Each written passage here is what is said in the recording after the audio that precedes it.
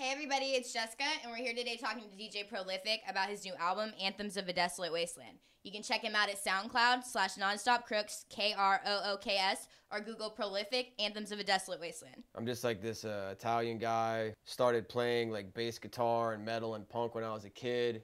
Kind of like evolved into more of rapping and b-boying and DJing, and that evolved to turntablism, which obviously evolved into some like hip hop, drum and bass, and now some dubstep and trap kind of movement. I would definitely say that I was brought up in the underground hip hop era with turntablism and original hip hop flavor being a real big part of what I do as an artist. So I really appreciate and respect just the art form in its entirety, and it's a sad thing to see something like that go. But, you know, as far as I'm concerned, you know, I put on a live show, raps, turntablism, original flavor. That's what we're doing. Prolific, foul play, like that's the deal. Anthems of a Desolate Wasteland is an album I've been working on for the past couple years. Obviously a collaboration of many different artists from different parts of the world.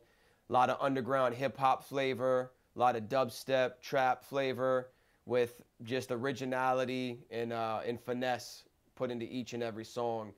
I would say the difference between what we do and what a lot of other artists are doing is there's always a concept behind every track.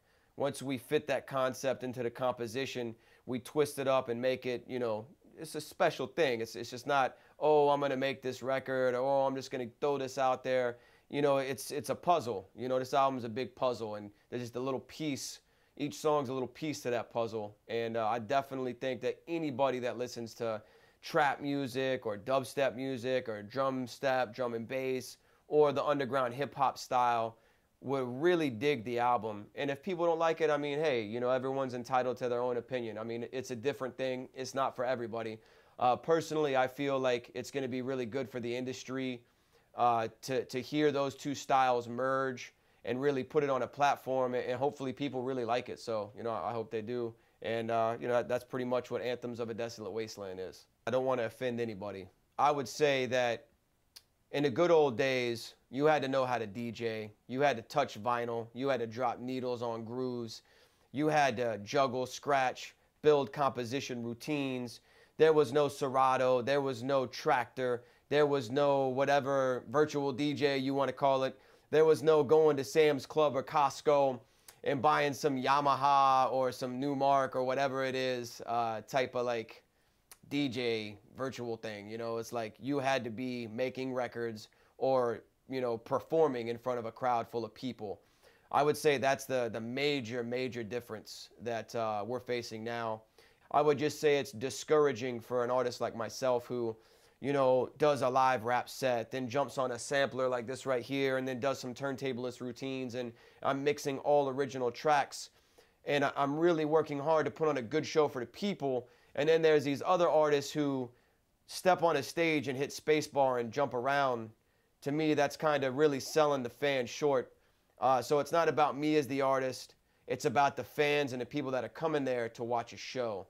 I guess I grew up on too much like death metal and liked rock concerts and guys shredding on guitars and putting on a show. I would say I'm continuing to switch up my production. I would say I'm continuing to switch up every aspect of what I'm doing at my live show to really give the people everything I can give them in the sense of multi-genre. Everyone's getting something that they like, and everybody's happy.